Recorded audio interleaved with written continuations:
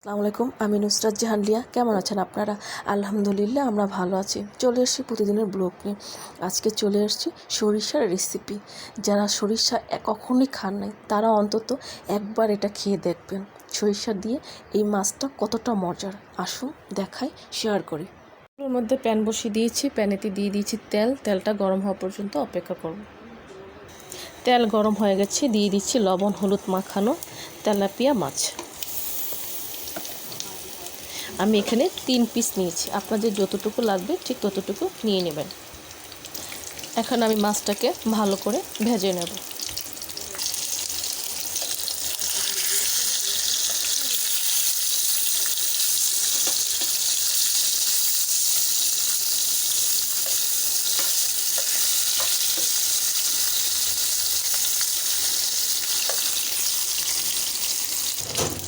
মাছটা ভাজা হয়ে গেছে, এখন আমি এগুলোকে একটা একটা করে নামিয়ে ফেলবো। মাছ ভাজা তেলের মধ্যে দিয়ে দিচ্ছি পেঁয়াজ,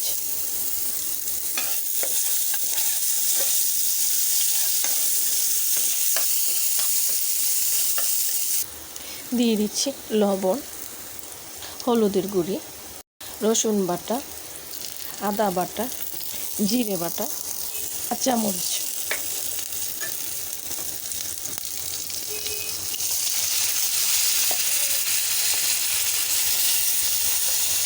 মশলাটা কষানোর জন্য দিয়ে দিচ্ছি পানি, দিয়ে দিচ্ছি সরিষা পেস্ট,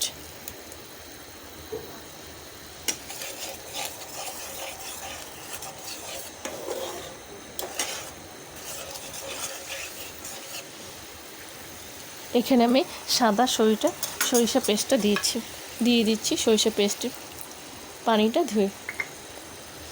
এখন দিয়ে দিচ্ছি মাছ,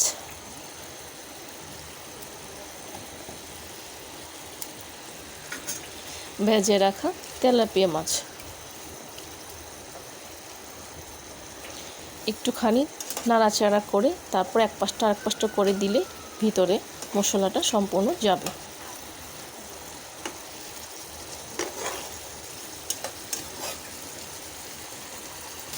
দিয়ে দিচ্ছি সামান্য পরিমাণ ঝোল, যেন মাছটা সম্পূর্ণ ভিতরে মশলাটা যায়।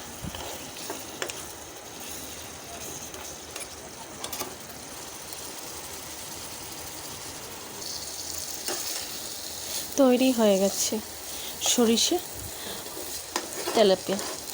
তেলাপিয়াটা একেবারে রেডি। দেখেছেন, একদম ভাজা হয়ে গেছে প্রায়। এখন আমি এটা নামিয়ে ফেলব। আপনারা চাইলে এখানে যদি ঝোল রাখতে পছন্দ করেন তাহলে একটু ঝোলও রাখতে পারেন। এখন আমি এটা নামিয়ে ফেলব। তৈরি হয়ে গেছে সরিষা তেলাপিয়াটা একেবারে রেডি। যারা সরিষা পছন্দ করেন না তারাও কিন্তু আজকের রেসিপিটা দেখে একবার অন্তত ট্রাই করবেন। আমি কিন্তু সরিষা একদম খেতাম না, কিন্তু এখন আস্তে আস্তে সরিষাটা আমার খুব পছন্দ হয়ে গেছে। তার জন্য তো আজকে আমি শেয়ার করছি আপনাদের সাথে সরিষা তেলাপিয়া। আশা করি খুব ভালো লাগবে। ভালো লাগলে কমেন্টস করে জানাবেন, সাবস্ক্রাইব করে দেবেন, আমার পাশে থাকবেন আর আমাকে অনেক অনেক সাপোর্ট করবেন।